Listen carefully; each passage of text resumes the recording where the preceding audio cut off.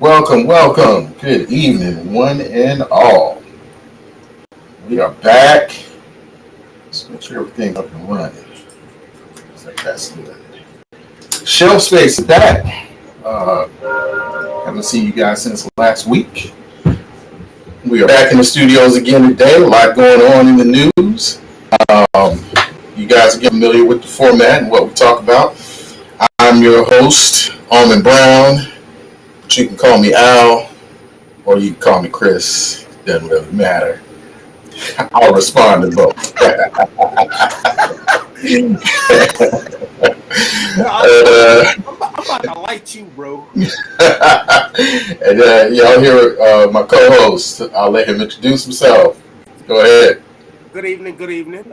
This is Headaches Mitchell, one third of the powerful, groundbreaking podcast planet known as Shelfspace, to bring conversation, different perspectives, views on life, some fun, some lightheartedness, seriousness.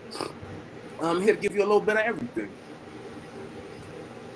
That's right. And you forgot, your most popular name, uh, Facebook's favorite baby daddy, the baby daddy of Shelf Space. We always give credit where the idea originated from, and that was from Headache.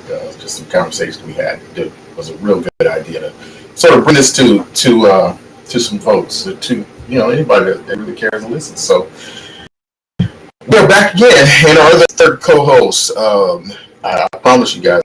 We got three. There's really three of us. I know Mr. West has been tied up. He's a very busy man. A lot of irons in the fire.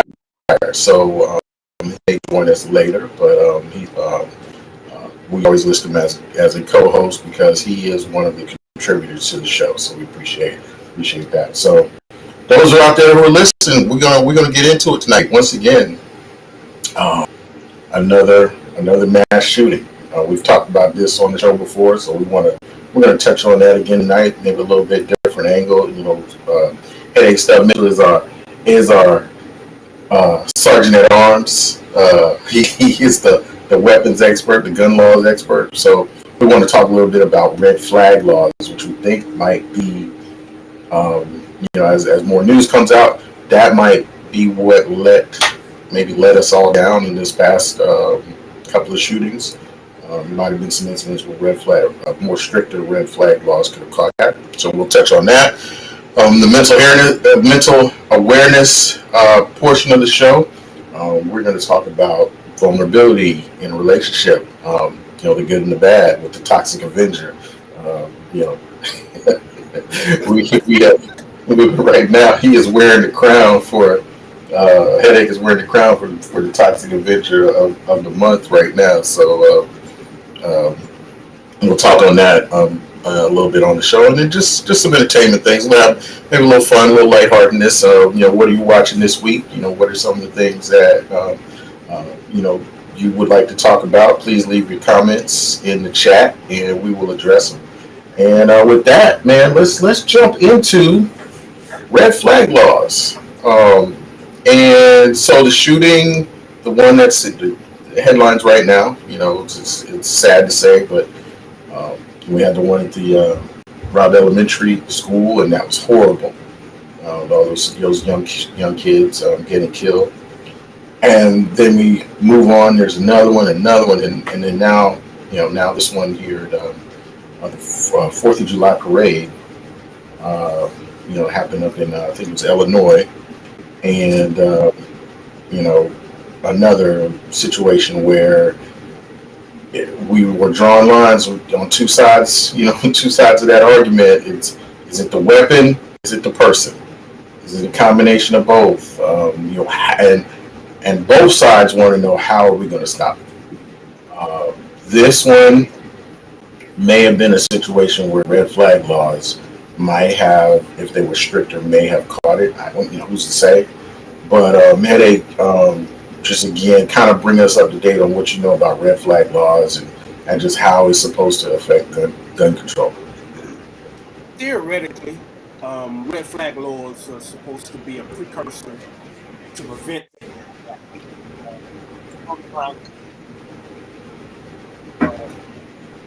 call the cops. You tell them that there's an incident that you feel threatened or that there's a possibility. Channels.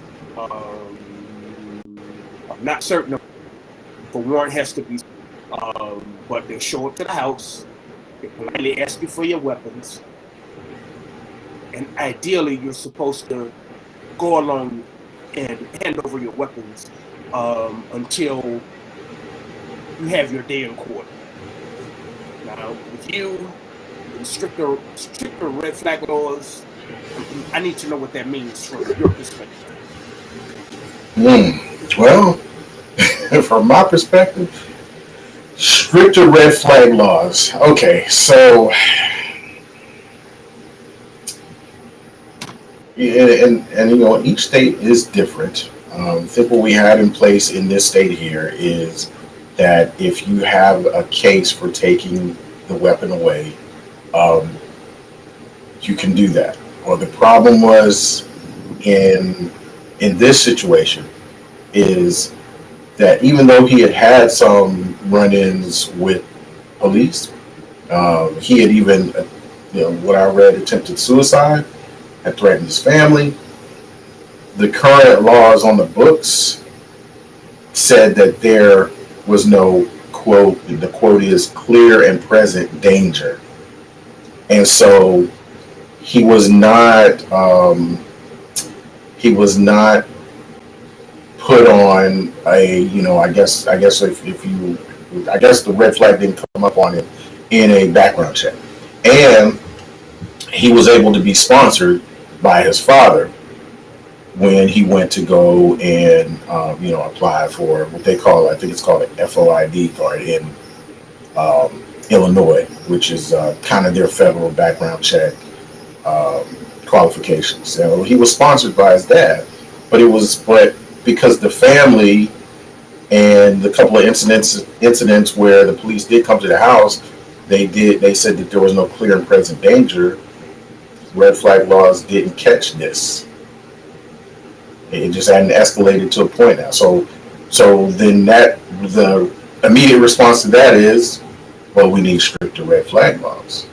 And so my thing is, if you have demonstrated where anywhere situation where you've threatened to kill your family, coworkers, yourself, I mean that has to be some type of red flag, literally, that should pop up. If then you decide you want to go out and buy a weapon, and what kind of weapon you should buy. We're going back to that conversation. I think we're going to end up there. What kind of weapon can you buy? Once those red flags have come up, um, that's what I mean by stricter. I think we need to limit what kind of weapon, and then also, you know, depending on what type of uh, infraction you've committed, that also is going to determine if you can buy a weapon and how long before you can buy a weapon. This gentleman should not have been able to buy a weapon, period. He demonstrated the instability of someone who shouldn't be carrying a weapon, especially one of that kind of power. That's what I mean by stricter. So, How much more restrictive do you want when clearly someone did not do their job? I agree. Heads are not gonna heads never roll. No one is ever held accountable. Then we use this as political talking points of stricter this or stricter that when you have a process already in place that you do not work to its fullest. Right. No, man, I agree. I can't get around that. Even I want to argue for stricter demo, but you can see that the family did not hold the kid accountable. They didn't use the tools that were available to them to to keep this from or try to prevent this from happening. when they could have been a little more involved. They were maybe, I don't know if the word is pressed charges or asked for some type of action, but they didn't. They kind of called the police, got police involved, whatever, filed whatever they needed to file, and then okay, we'll take care of it, kind of thing, and they didn't. So I have to agree with you on that, but I'm also going to stick to it and tell you, man, I just can't see any other way around this problem. And able to limit this problem unless we can control. We can control some kind of way what type of weapons people can buy, especially those who have demonstrated, some type of mental instability. But this is what you all honestly want. You all want control. You don't want reform. You want control. And as long as you want control, we are going to tell you you cannot have control. It's no negotiation. It's give them up. Put them down. Don't Right. do this. Don't do that. Or we're going to take them from you, i.e. a red flag law. See, I don't want. See, let's not say control. Okay, let's not say when you say we. When you say we, you're talking about the rest of the country. You're talking about the I'm talking majority of about the country. travels.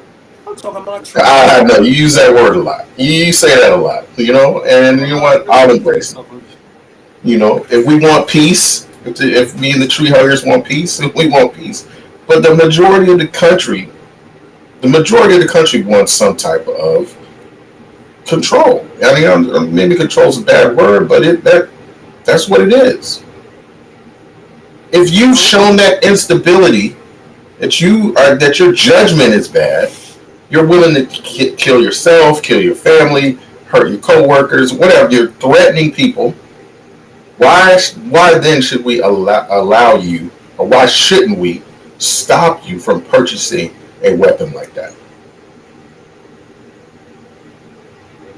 I'm not anybody that has mental problems carrying a flipping slingshot, Okay. much less an armor like 15. Okay. If you are a danger, you are a regardless whether it's a slingshot, a bag of rocks, a butter knife, an armor light 15, whatever, a Harrier Okay. jump jet, you're still gonna do damage. So no, if you have problems, Don't do that. Come on. go get help. Don't do that. Don't compare a butter knife to the Armor Light 15. Don't do that. Come on now. Now you saying when you say we and you're putting me on one side, I'm gonna put you on that other side, that side right here that they're talking about. Well, if you ban the AR-15, then they're just gonna get a 22, and then what are you gonna do? You're gonna come after all the 22s, and then they'll just get them a knife, and then what are you gonna do? You're gonna come out and stop it, I don't need to say it. stop. I don't need to say it. You've already said it, and you know it. You've already gone through this with what it is that they're going on in the UK, over in Scotland, when the protests that they are having about knife violence is the same exact stuff that we have going on in the US about gun violence. If I want you gone, you already know it. If somebody wants somebody gone, they're gonna get you up out of here. We Yeah. are the problem. We are the virus. Not the weapons. We are human beings. Okay, right. I understand what you're saying. The weapon isn't going to do it by itself. It's the Okay. person holding the I'm not. weapon. I'm not even I know. saying that. I'm not even saying that. I'm saying what I'm saying is we are the flipping problem. Until we solve what we have going on internally, it doesn't Right. matter what it is. Whether it's a Okay. butter knife, or whether it's a Harrier jump jet. All right. Well, until we solve that, then we've got to limit people having access to those tools of destruction. And yeah, okay, yeah, we're not going to ban knives. We're not going to ban all guns. People may still, people who shouldn't have them may still access them, unfortunately. But um, let's have some common sense and say, at least we're not going to let them have access to certain types of weapons. Do your flipping job. Report the incidents. Put the stuff on their record.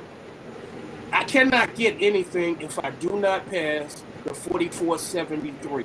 The 4473 is designed to go ahead and have you incidents, submit it back to your federal agencies, and then they say it's okay. But if somebody over in Buffalo, Egypt is not doing their job, it doesn't matter how strict you do this. The only strict thing that you can do to make this make to satisfy tree huggers is to take them all away.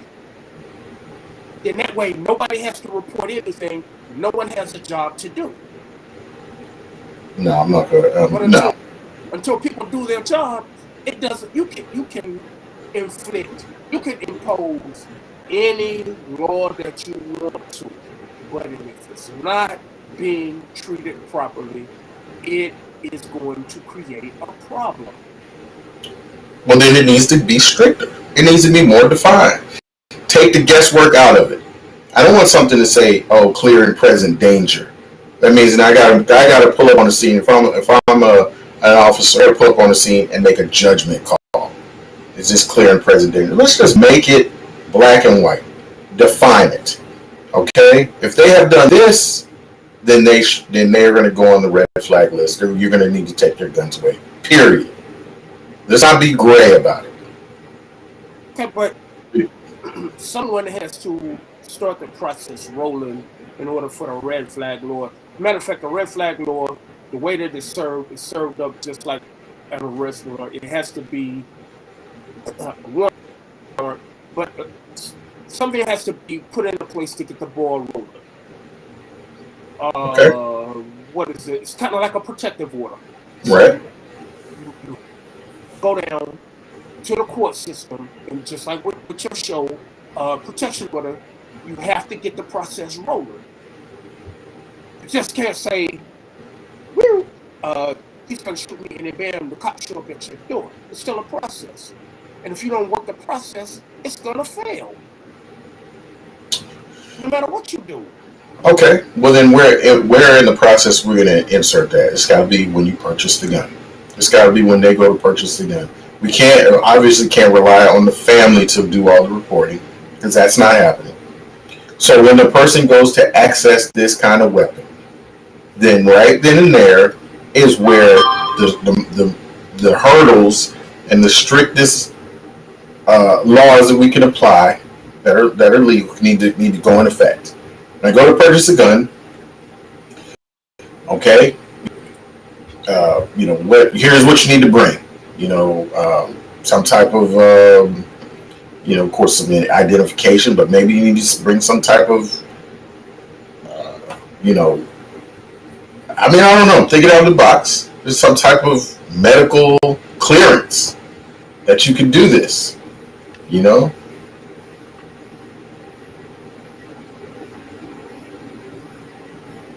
I'm listening.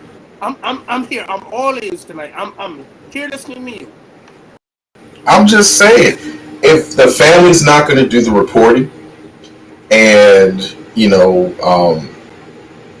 and then law enforcement is relying on the person living with them to you know see something, say something, they're not doing it. Maybe they don't want that person to get labeled. Maybe they think they aren't as bad, which is in the case what happened here. Then when they go to purchase a gun, something's got to kick in.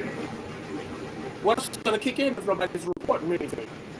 It's the same thing. It's just like I keep saying You, about it. If no one is doing their job on the right hand side, uh, when the process travels back over to the left hand side, there's nothing there. So if the family doesn't report it, if you are not in the system like that, where you don't have any other prior gun convictions, no domestic violence, things that would normally deny you the process of picking up a slingshot, it's not going to work. So how's your red flag law going to work going prior at the purchase of the gun system? I mean, at the purchase of the gun, if no one reports it. Good point. Somebody has to get the ball rolling. Then if nothing is reported, okay, let's think this out. So if nothing's reported, and I go to purchase a gun, you know, how could you stop that? I mean, I'm gonna have you're gonna require me to bring some type of reference, some type of medical report, maybe some type of maybe a reference from a clearing house type of system. I mean, it's all like you've got the permit system in place. Why not just add a few more requirements to get the permit that would then qualify you? That say you're qualified, say you're not mentally ill, you're not on the verge of a nervous breakdown, and at that time, I know it's not going to, it doesn't mean you can't go buy a gun in, 2022, and then next year, 2023, something happens and now you're on the edge and all of a sudden you're not going to stop that. But the right now stuff, the things that we hate to hear in the news is he went and bought a gun 3 weeks ago and now he's out there shooting people. That, if we could stop just that, we can stop that much of it. Okay, but clearly, someone has not noticed that there was a problem in this gentleman 3 weeks ago. No one took the time to check on this individual to see what was going on 3 weeks ago when whatever happened that caused him to feel that he needs to go pick up a gun as a problem solver. Not as a means of defense, but as a problem solver. Right. If we are looking for a problem solver, apparently there is a problem that nobody got to the bottom to.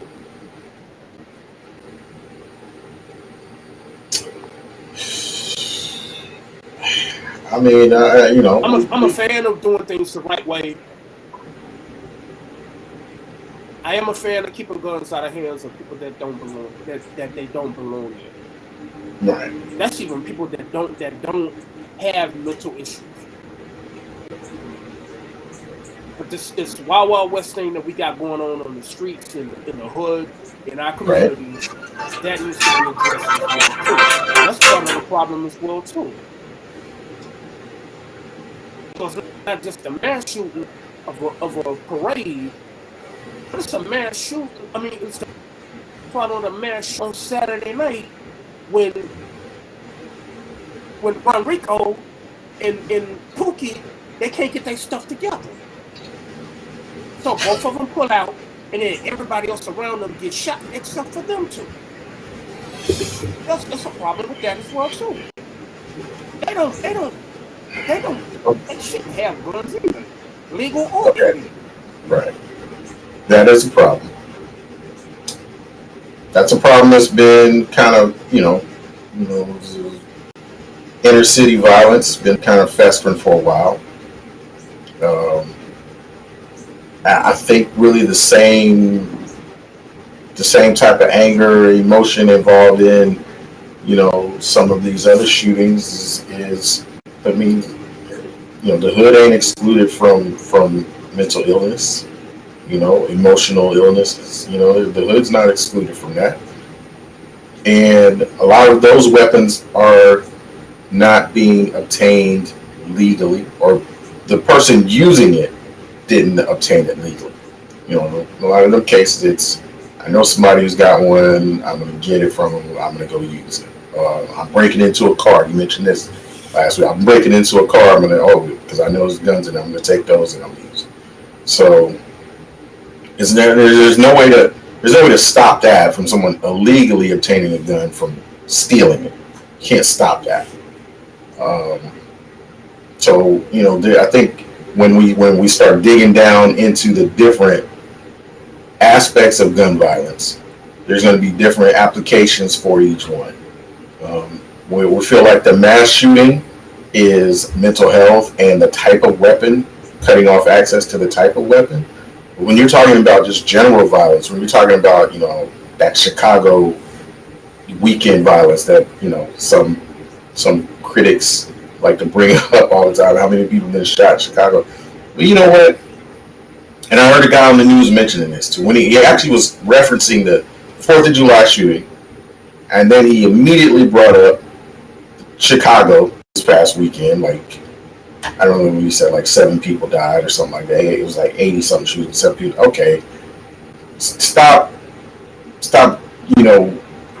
Acting like they want to paint a picture like all these Chicago shootings are just Pookie, in the El Camino, heading down to another block, bang, bang, bang, and then driving back to his side of town. And that's not always the case. Some of these people are defending themselves from an act of violence. Some of these people are defending themselves from a crime being committed on their property. All of these shootings they're not just all gang related. So we gotta stop painting that, oh, 100 shootings in this town this weekend, gangs are off the chain. That's not always the case. Not always the case. And even amongst the gang, or what they want to call gang violence, is sometimes it's someone defending himself. I mean, you know that. So when we look at that kind of gun violence, I don't know if there's anything we can really do about that. You have the right to bear arms. You have the right to defend yourself. So can't stop that. The only way you're going to stop this, the economic gap has to be closed. Don't you have a gigantic gap between the haves and the have-nots? You're always going to have issues. But it's a capitalistic society. Everybody has the right to make a dollar. Everybody has the right to steal a dollar and then go hire a lawyer with that dollar that they stole to get off. So until we close that economic gap, a lot of the stuff that we have going on, be it guns, be it violence, be it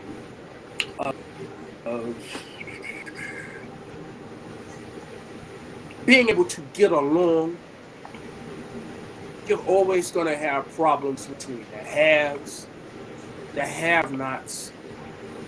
It's always going to be a problem, and we never want to tackle that one. Well, I mean that's history of the world. It's been like that in every civilization. The haves and the have-nots, the struggle for power. Not prior to 1441. Not proud of. Let's say that again. Not prior to 1440. Oh, really? Oh, what happened after 14? What was going on before 1441? 1441. Mr. Historian, yeah. 1441 is when your first tribe of 12 captured by the Spaniards, which started your international slave trade. So before 1441, you were not property. Man, you lived in body, your own society had its own certain laws, and everybody was in a community. But until then, when they captured them first 12, and that's prior to 1492, Right. which was paid by the souls of those from 1441. This is where everything started. Well, we got our first comment in the box here. She says, "Hi guys." I don't know what that's supposed to do, but would just want to recognize it. She's actually watching the podcast, so I'm proud of that. But all right, so back to your comment. Back to your comment.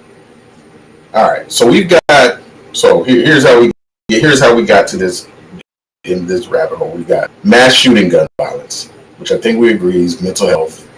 We at least agree that it's mental health. You don't seem to agree that it's access. Part of it is access to that type of weapon. Yep. I feel strongly that it is access. Partially, yes. Okay, all right. Then we've got your general gun violence.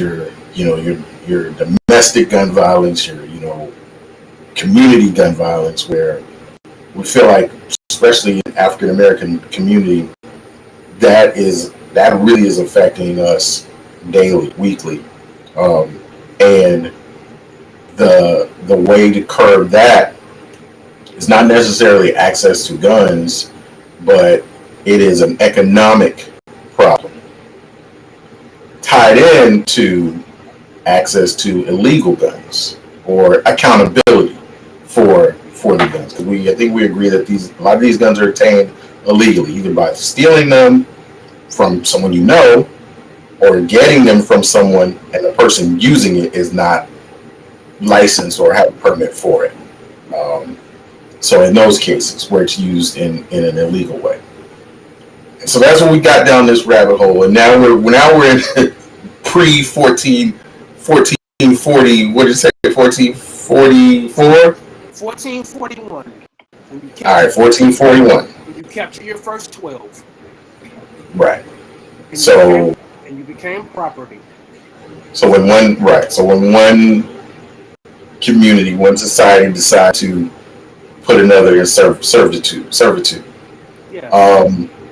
I don't know, man. I think that has always been human nature.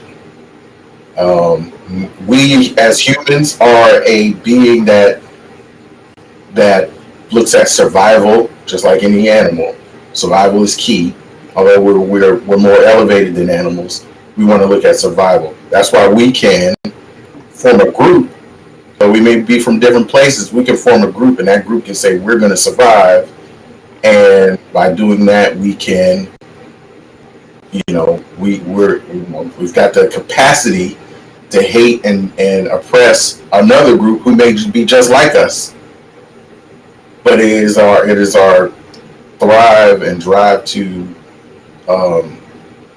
survive. Once we're convinced that someone is trying to take something from us, that is the easiest way to get people to band together and act out in a violent way, i.e. in the hood. Collective groups, you are trying to take from me, you are trying to harm me, we're going to band together and we're going to attack, we're going to eliminate you before it happens to me. That primal thinking. I'll agree.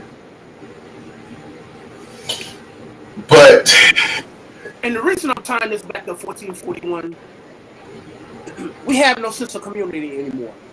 Right. If I want to do something to you, there is no conflict resolution.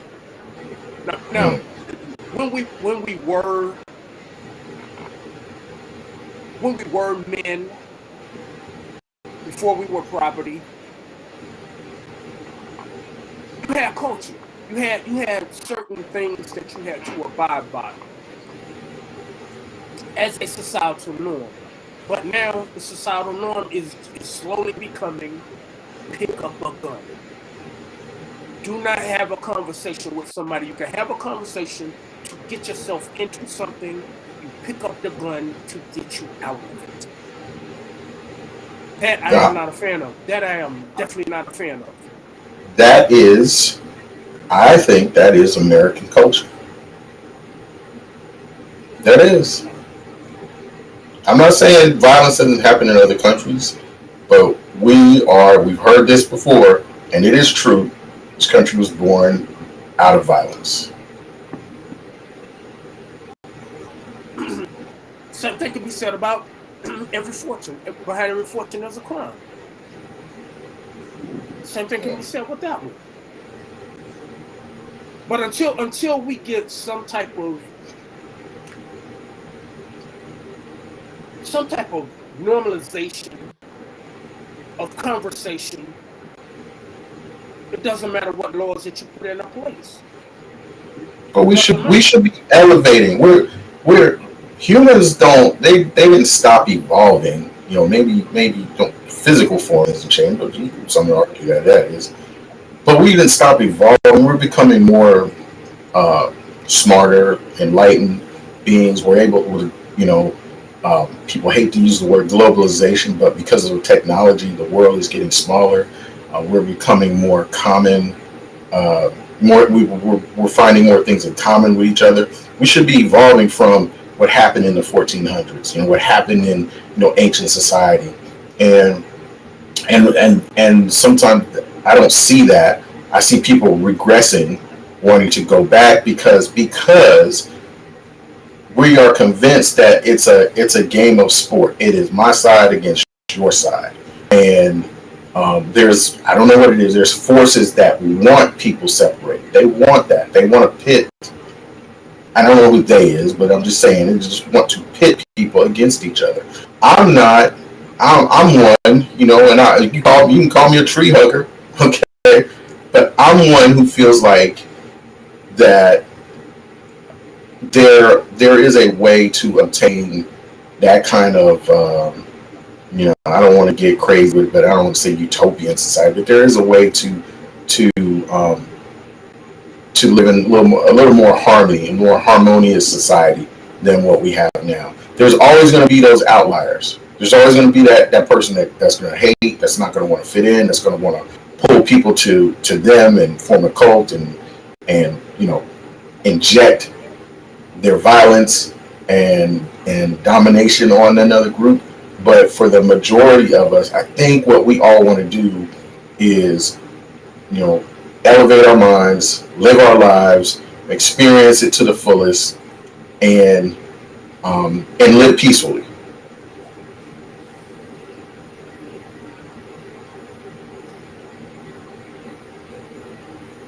I don't know. I don't know. And you could be you're a pessimist. No, it's not. I'm a pessimist. I'm looking at day to day from Wall Street down to Street. Everybody wants more. More. I want more.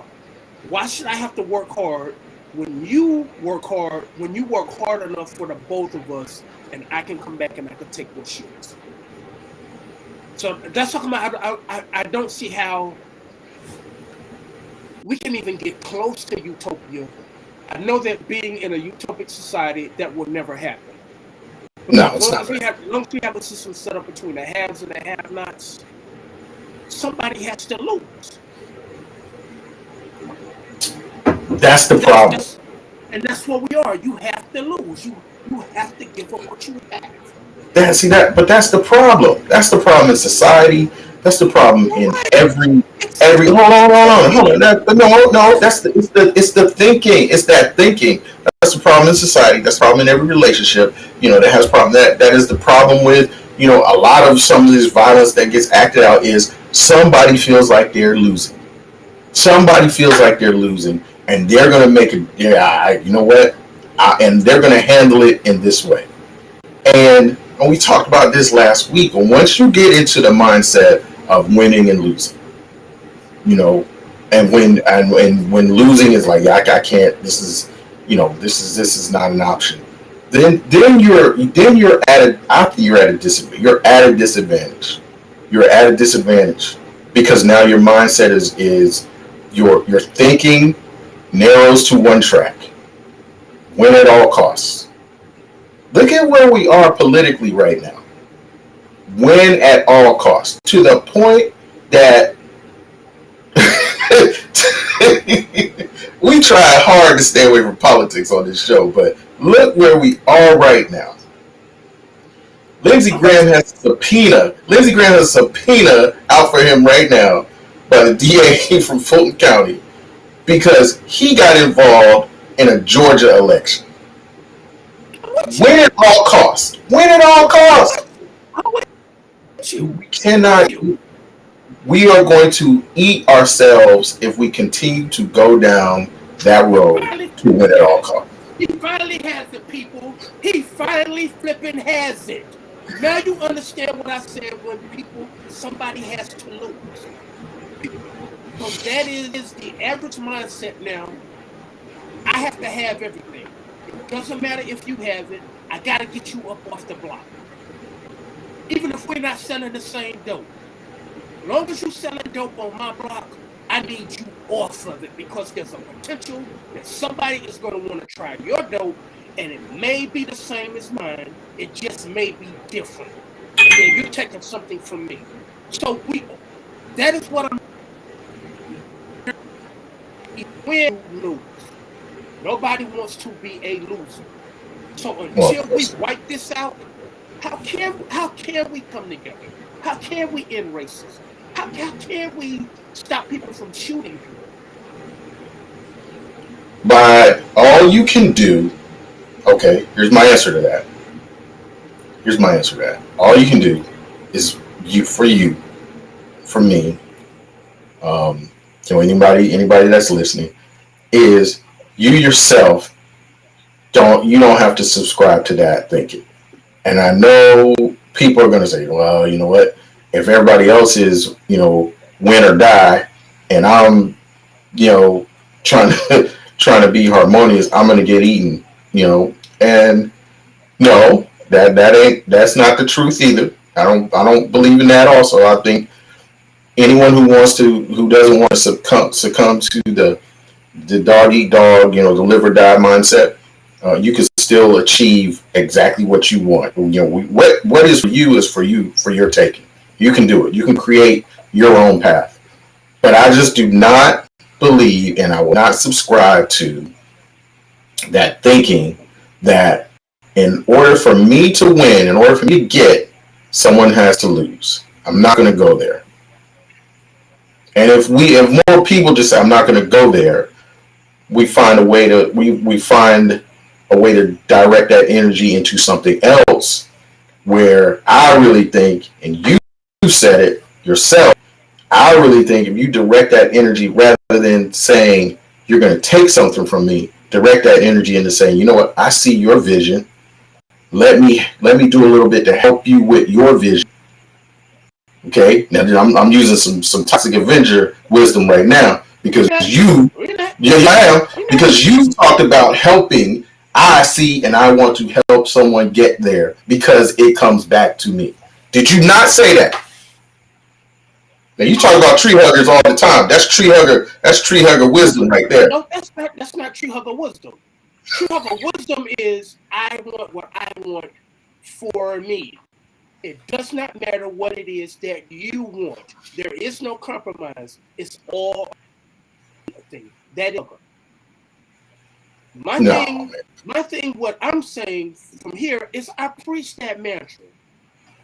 Me helping you helps me. right, exactly. I push that. I beat people over the head with that.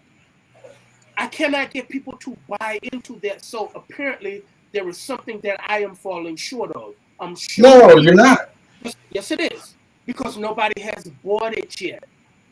because it contradicts our culture's thought process. It contradicts everything that So we see on TV, everything that we hear in our music. That it contradicts that. I have to tie it in to the system to where it will work within this current system that we have. But right now, it does not work in the current system. Everything is get the bag. And it's not just get the bag, get my bag, get your bag, get everybody else's bag, and freeze everybody else out. That is where we are. That is the mentality that we have bought into. And that is what I'm fighting. Help me to help you. But I then want to say what's up to Roy. Roy tuned in. Thank you for watching. but then again, I mean, I have to make myself in order for me to do that, I have to make myself vulnerable. But Ooh, in my vulnerability, don't think that I'm giving you everything. I'm letting you in just far enough so that you cannot hurt me and I will not hurt you. That ain't being vulnerable. That is being vulnerable. Because being No. there's a difference. There's a difference, young man. Al B. Shore. There's a difference. There's a difference, Al B. Between Yeah. being vulnerable and being a sucker. I'm not your sucker. Right. Right. There's a difference. Yeah. So therefore, I can afford to let you in. But I can afford to, I can only allow you in as far as I want you to go. And with that standpoint, I have to set that barrier so that you don't go further than what it is where you think that you want to go. So if I offer you this, don't tell me, okay, if that's good, he'll give me this. And then he'll give me this. And then I can get this too. No, we're not doing that. Stop right here with this. This is what you need. Stop it here. But that's when we want to keep coming back with, well, can I get this? Can I do this? Can I do that? And I am not that vulnerable. I will never be that vulnerable. I will allow you in. I do not have trust issues with people. I do not allow you to do any more to me than I can afford you to. And that's to keep our relationship going. I get the thinking. I get that. I think you're skating around what being vulnerable really is, and it's. I mean, it's Give me yours. Give me okay. yours. No, I'm just saying it's just awesome how we just tied like like the gun violence and all that into being vulnerable. I mean, it really honestly we've said it a lot on this show. All of that is really tied together because it does come back to conflict resolution. But so um, vulnerable, and I like how you brought it up. I don't mind being vulnerable, but so here is your fear that someone is going to take advantage of you. All right. That's not Yeah, fair. So that's what you said. That's what you said. that's not fair. That's not That's what you said. what I said was it is a Right. protection. It is built-in protection, and it's not protection just for me. I have to Yes. consider you as well too. And if I know you like how I think I know you, you're gonna want more. And then when I tell you no, then that's when the problems arise. Versus saying, "Here, take this." No, see, you're I getting don't ahead. mind. You're getting ahead of yourself. You're getting ahead of yourself. There's nothing wrong. It's that you are that's in your circle. We're just talking about people that are in your circle, okay? Because one of the things that we do is we shy away from being vulnerable. It's hard to do. We're not even taught how to be vulnerable as a kid. We are taught to hide our shame. Not show any. We tie it to weakness. So first we got to get past that. And once we get past it, then you got to be vulnerable with yourself, and then you can be vulnerable with people in your circle. So when you automatically that you cannot tell someone in your circle, hey, I can go this far with you, but here's why I can't do this because I'm not gonna make myself so vulnerable that basically you and me and you both go down together. You take the ship down with everybody on. I can't allow that to happen, and that's going to protect me. And you should be able to say that, express that concern to them with someone in your circle. Someone in your circle now. I ain't talking about somebody outside your circle. I'm talking about someone in your circle.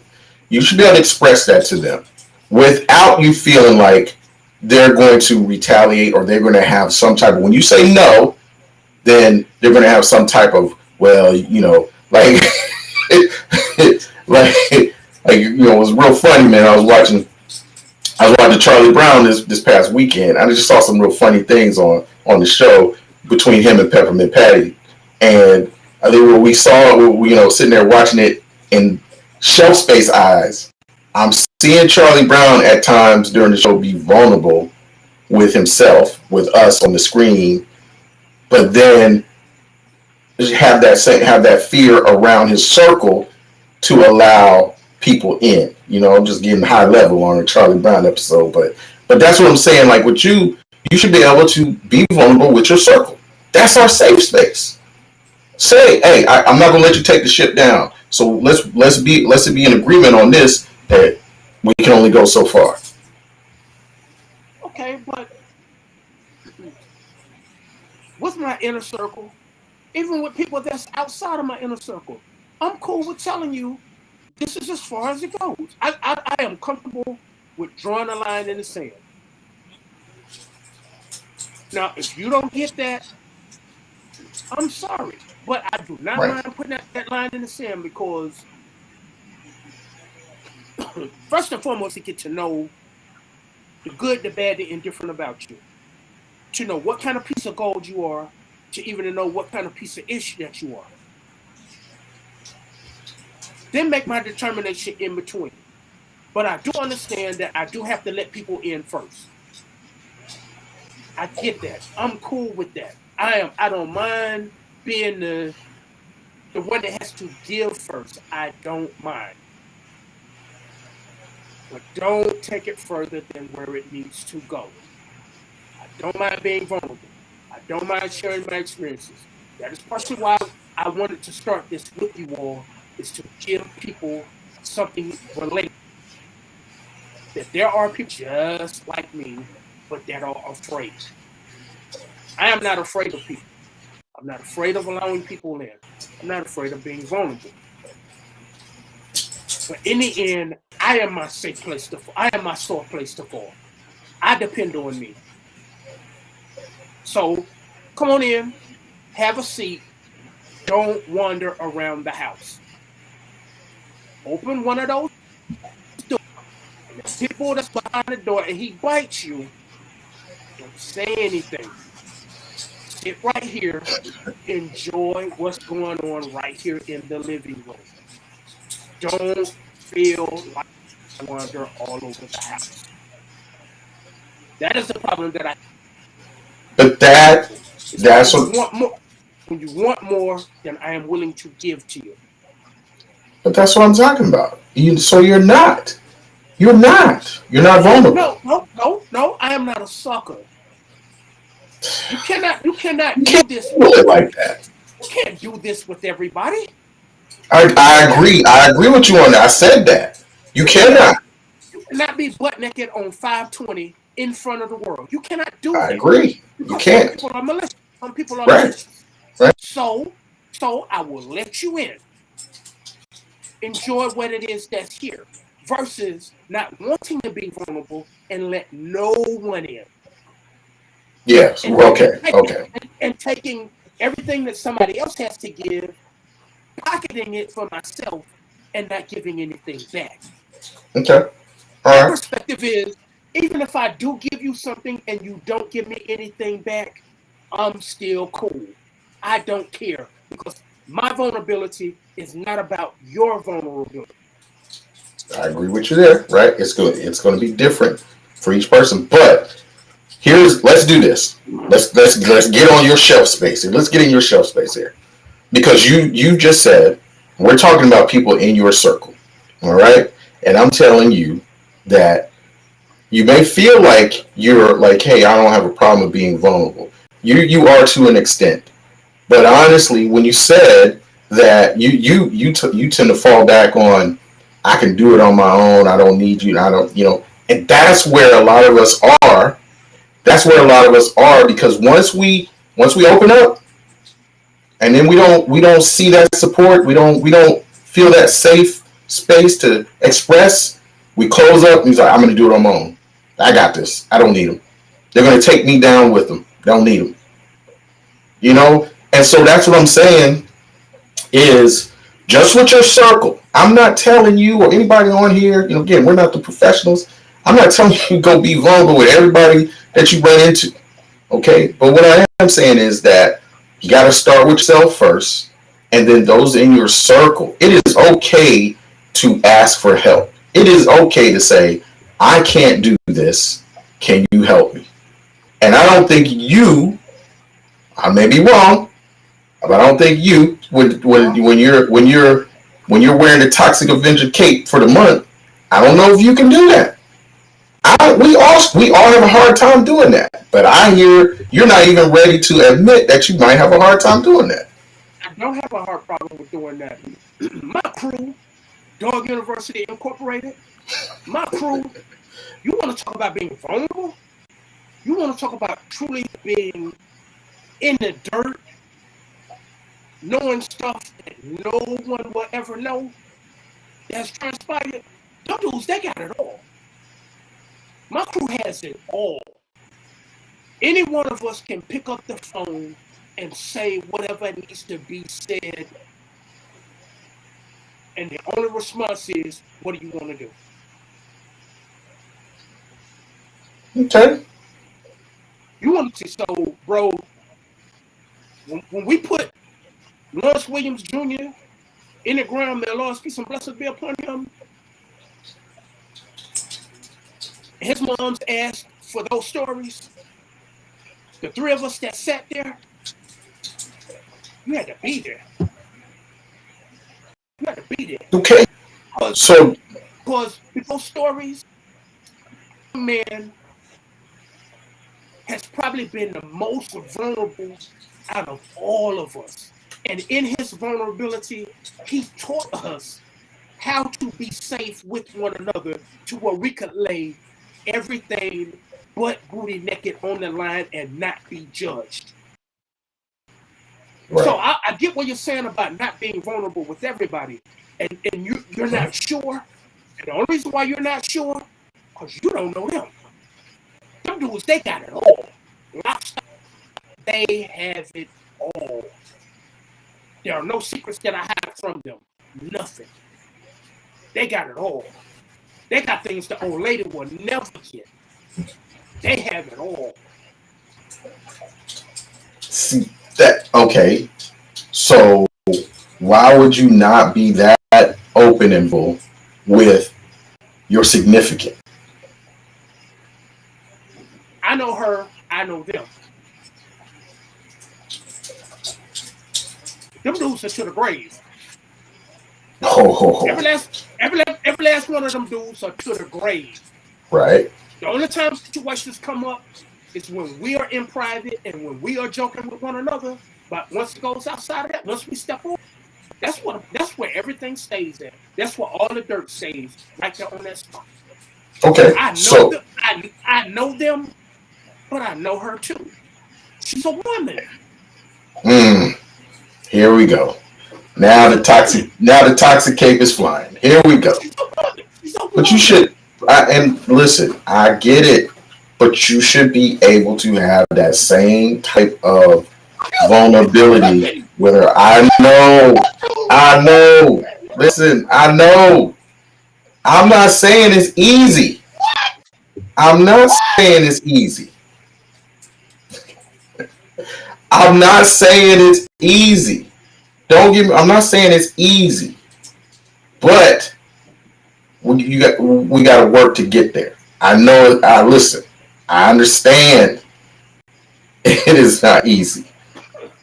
You don't want to give somebody that kind of access, and then all of a sudden they use it against you, or they take it and put it in whatever concept thought that they want to make it, and it may not have been what it was. I know, but that's when they also be practicing vulnerability too. So it's not going to work if both of those sides are not being vulnerable. Just like last week we said, when we get into an argument, if both sides are trying to win, it is not going to work. But if both sides are working to a resolution, you'll eventually will get there. So it's hard, but guess what you got? I'm just saying, this is what you got to do. And I really appreciate you sharing that about the Dog Brothers, Dog University, because that is a good example of a men, a group of men being vulnerable with each other, and that's why y'all are so close. That circle is so strong because you've had that. That is still you. Even as you talk about it, I can see that it's a safe place for you. You know what I mean?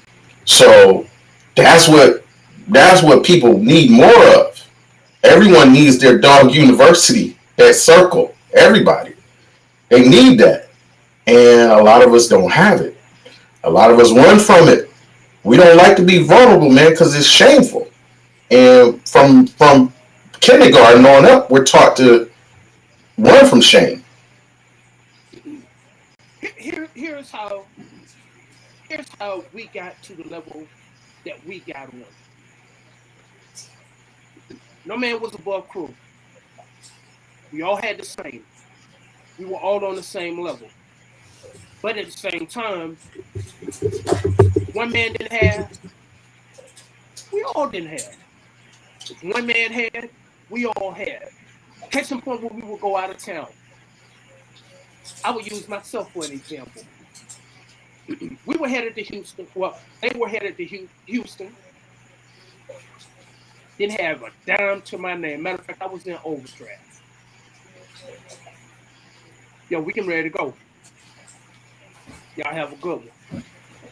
What do you mean have a good one?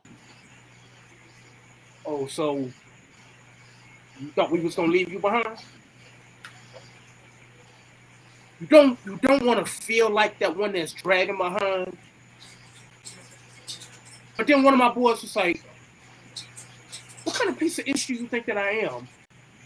Knowing that we about to go down here and have the time of our life and you back here. What do you honestly, is that how you honestly look at me? And I was like, no, I just don't want to be a hindrance. And the shame started coming up and it was like, bro, if you feel like that about me, what happens when it's my turn? And I was like, right. Bro, it ain't like that. He was like, I know it ain't like that. So I'm going to tell you once again, we getting ready to go.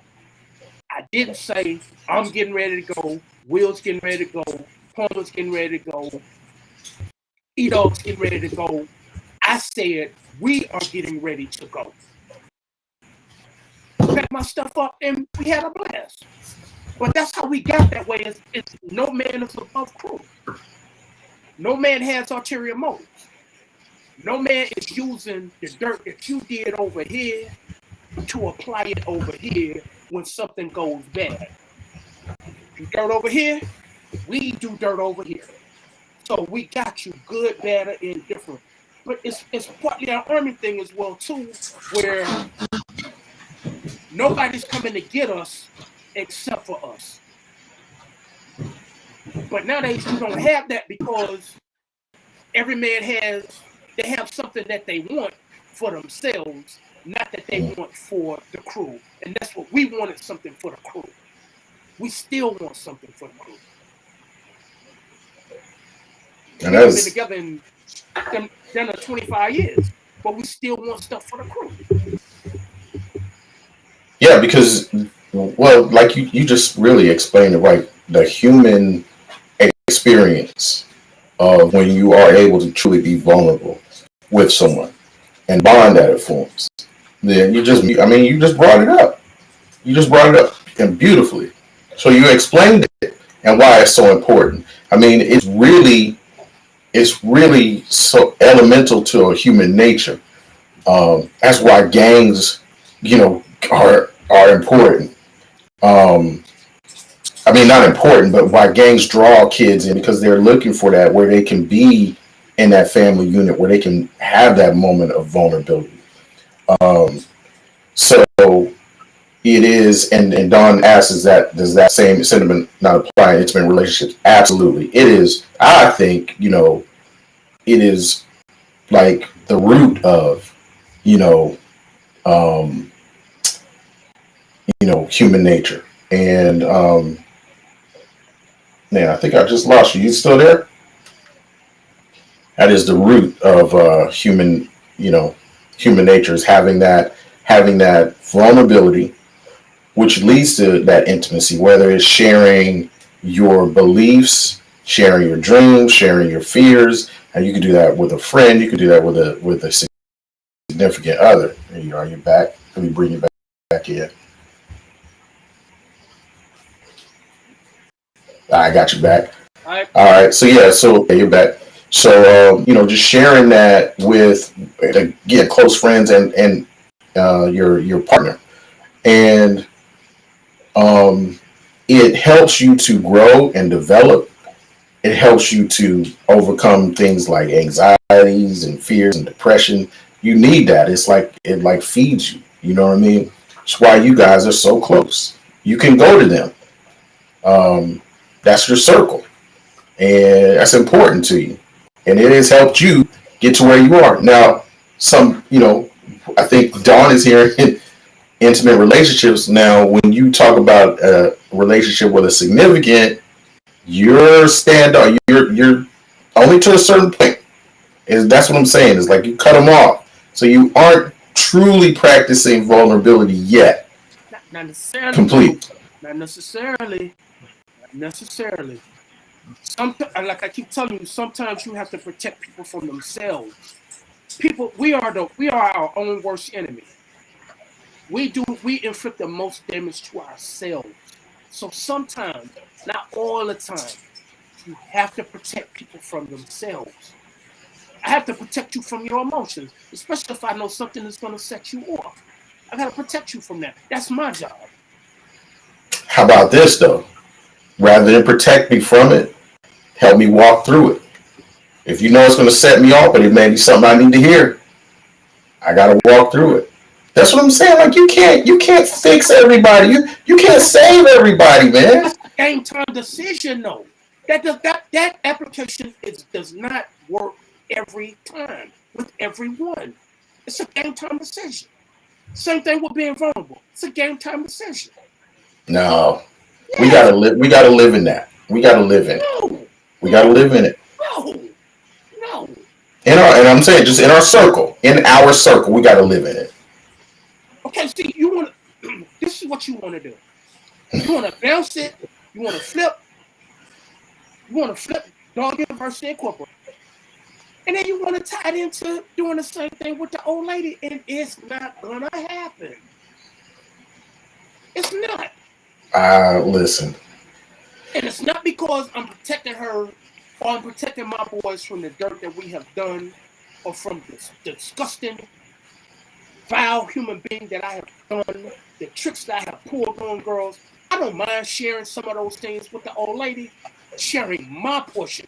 I never share their portion because that's not my job and I do not have that authorization. Right. I don't mind sharing some of the things that I have done. But as far as getting on and saying this, that, and the third, and giving you everything and giving you the keys to the kingdom, you might dick around and get us evicted. Especially when you get mad. Especially when you get mad, when you get angry with somebody like me. Yeah. That is. So if I know that this is a possibility, that's why it's a game time decision. And as a girl, you're gonna hold it because you're emotional. And you're gonna use it as a trump card. The difference between my boys and my old lady, this you can attribute to when we was back at the locker trading game. If something didn't work for you that I put on your plate, you put it in the phone. It might work later on. But you kept it to use in a situation. You didn't keep it to use against me. And a lot of women do that. And that's why a lot of men don't trust women. And That's I why a lot agree. of men are not vulnerable because Right. I give you something and I give you everything up front. And then something happens and I become human and I falter and I piss you off, it's going to come back up. With No. these dudes, it don't come back Yeah. up. It come back up when we're joking. and when we joked Right. around with one another. Not when we deep down in a dark, dirty argument, because we've had those, but we still didn't utilize the dirt that we had on each other. We didn't do Right. that. It was always about I the situation. I agree. I know, and it's probably more often than not it is going to happen. But you also have to give your partner that opportunity to learn and learn from you vulnerable. You got to learn from each other vulnerability. And no, listen, it was hard for me to hear that. It was. I am definitely not somebody that subscribed to being vulnerable to anybody. But listen, man. Oh, you laughing, but I was not somebody. Man, I hate shame. I run from. I don't want it. I don't want it. If you try to shame me, I'm gonna shame you. We talked about this before. But over the past 2 years, man, when you've seen all these people, dealing with the pandemic, going into depression, talking about things, not talking about things, and I saw what it's done to some people. And then I, had to learn like what is the problem? Like we are not being vulnerable even in our circle, even in our intimate circle. We don't want to be vulnerable because we don't want to burden, like you said, I don't want to burden anyone. I don't want to feel ashamed. I don't want to let anyone know I'm afraid. I don't want to let anyone know I'm scared. I'm, depressed. I don't want them to know that. And because somewhere along the line, we were taught to be ashamed of that. And so, man, this is like really like getting really deep. And I know we're gonna have to wrap it up here soon. And I want to again, I want you to share some more some more how that relationship that you got with Dog University next week. We want to talk a little bit more about vulnerability. But come to a couple of things that I wrote down and how people can practice being vulnerable is just even with yourself. Just admit when you're afraid. It's something you can do with yourself, or you're in your circle to a friend. One of the things that I think is really important is reach out to a friend that you may be thinking. Just reach out and let them know, hey, I was thinking about you. That's you being vulnerable. That's you being vulnerable. And then some, I've done that before, and I've had it done to me, and that really does like impress upon me like a feeling of, wow, let me open up. You know what I mean? Or let me ask them to open up. Ask for help. That was something that was hard for me to do. And this is something this is where I think you definitely can. You're already practicing some stages of being vulnerable. It says share an unpopular opinion. Like you honestly can put something out there that is not a popular opinion and be okay with it. And so those are just some things that like we can do for ourselves to help practice being vulnerable, and don't use your defense tools. So I think I'm probably still doing that. I hear you do that. I'm hearing you do that. Don't use your defense tools because it blocks you from being vulnerable. So I want to definitely touch on this next week.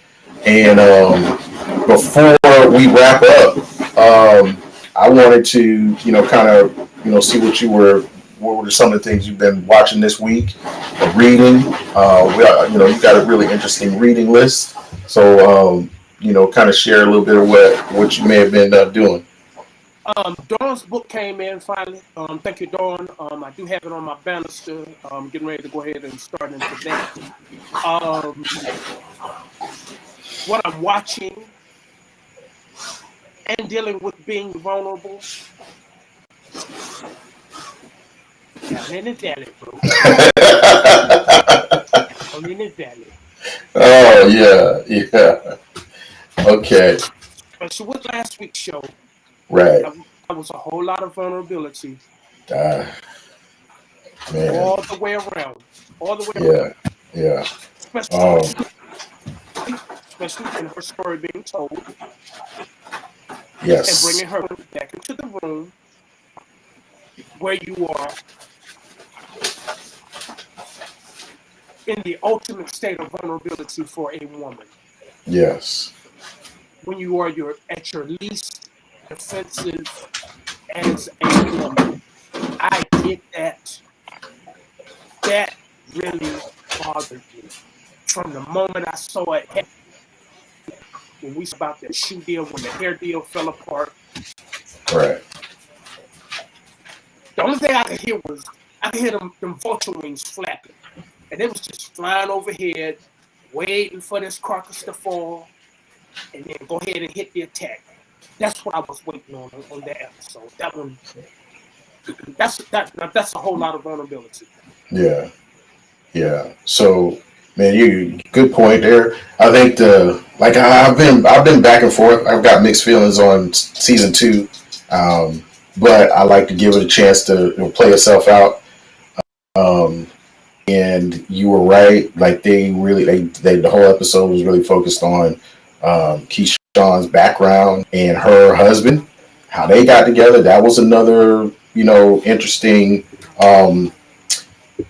side story there of how the abuse started in his childhood and continued on, and he never healed from that, and that that curse, like you mentioned before.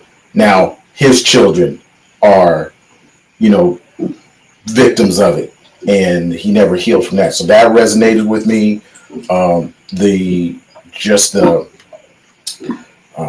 the character the actor that plays Keyshawn has done a really good job of just even showing her struggle mentally with providing for the family, wanting to be a mother, wanting to be a wife, dealing with her own image, her body image, her self esteem that was really beaten up when she was a child, and drove her to push herself to try to be the best at what she is, or what she thought she could be. Because there's always this feeling that you think that Keyshawn actually could have been could have had a different career with her yeah, what I'm saying, with her ability to really negotiate and handle business and be just keen on business.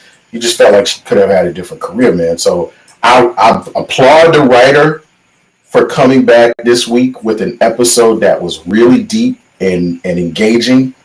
I think the episode the week before, with the sex scene between the two men, that really was graphic.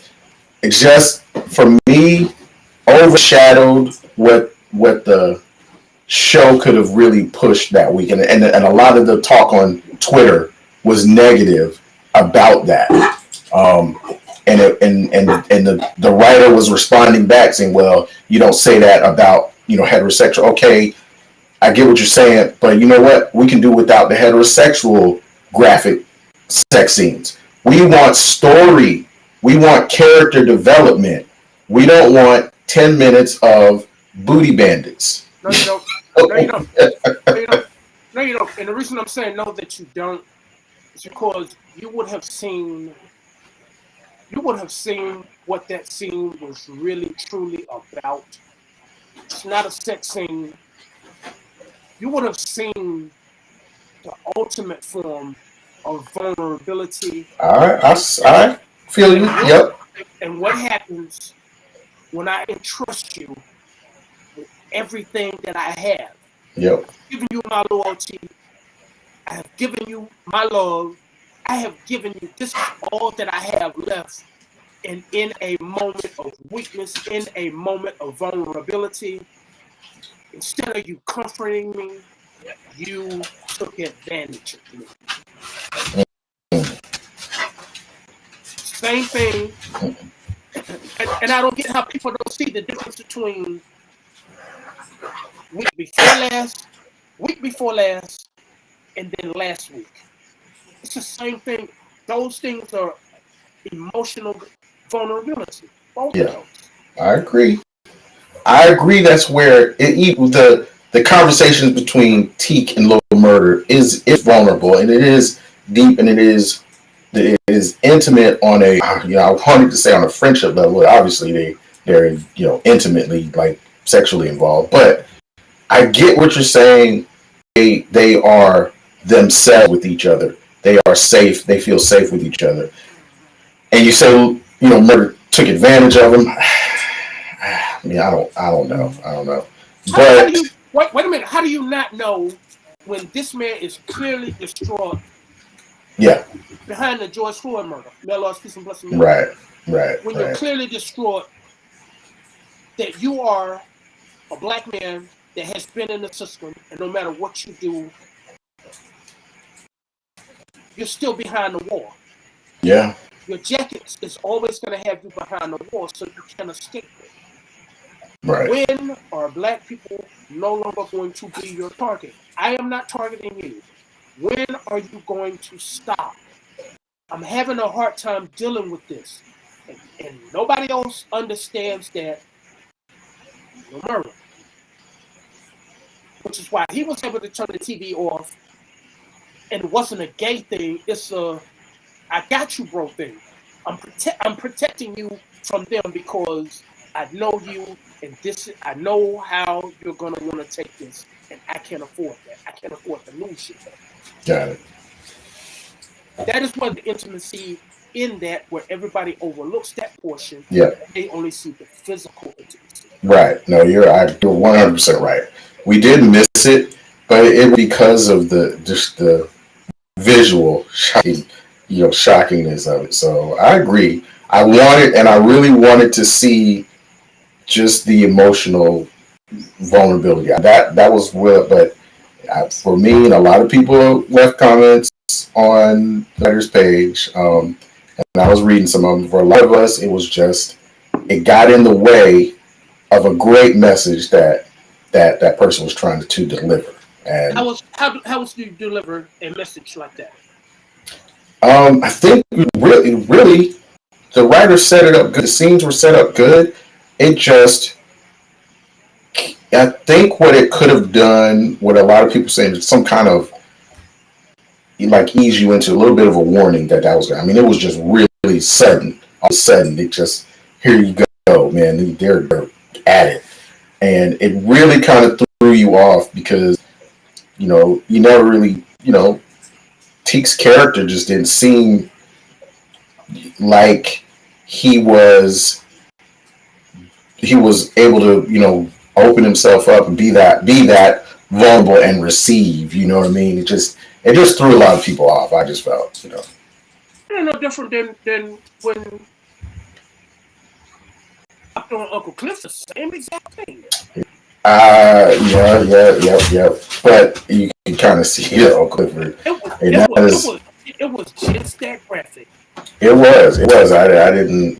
I was kind of like, all right, but yeah, Clifford's been involved in a few graphic scenes too, and it is something that the show's not for everybody, and even though may like the story, I still think there are some things that they could clean up, and and we could touch on that. We could touch on that in the next episode, but as far as character development, I thought this week's past episode about Keyshawn was one of the best. I think. Farrah, her being vulnerable with her husband's mistress. Mercedes being vulnerable as well too, to show that she is not just a hoe. I'm not just a stripper. Right. Because like I explained to one of my boys last night, her vulnerability was tied in Farrah's vulnerability. Coach's wife, her name is Farrah. Farrah's vulnerability was displaced in her art. Coach didn't give a flip about her art, which is why she put her camera up until a stripper comes along and she sees a piece of the art that you have shot and is able to convey it in words. You shot him from the top down, which normally puts people in a submissive position, but you still were able to maintain his power. Next thing she opened herself up for her vulnerability, and then next thing you know, Farrah was able to pick up her camera. So there's a lot of vulnerability that's going on around with this, and her also being vulnerable with there's something about you that my husband cannot get away from. I want to know what that is. Right. I have not done this before. I've only done this once in college. but I'm here with you at my most vulnerable. But then when she tied it back up with the leaving the money back on the what you call them on the desk on the bedside table, that's a whole message within itself by itself. That's where your vulnerability. That's where it stops.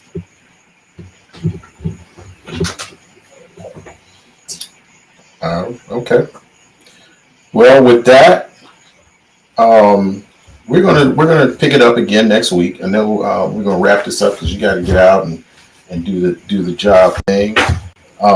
But it was really good conversation. I want to again do like a vulnerability, a little deeper in vulnerability, and talking with you and some of your experiences with Dog University next week, and then you know, just have some more interesting topics of what we're watching, what we're reading, and some things in the news that we could talk about. So I want to appreciate, really thank everybody for tuning in, leaving comments throughout the week. And I am one of your hosts, Almond Brown. I will see you next week, and I'll let Headache close us out as he usually does. Once again, I do thank everybody for hanging in with me, hanging in here with us. I do thank you for investing your time in us. Hopefully, I have once again given you something to take forward and discuss, possibly with your significant other, with your children, um, friends, co-workers, people in the barbershop. As always, be good to one another. If you can't be good, be yourself. If you can't be yourself, be well. Shoot paper, not people. All right, and with that, another episode of Shelf Space is in the books. We will see you guys next week, and next week. Thanks for tuning in. Have a good one.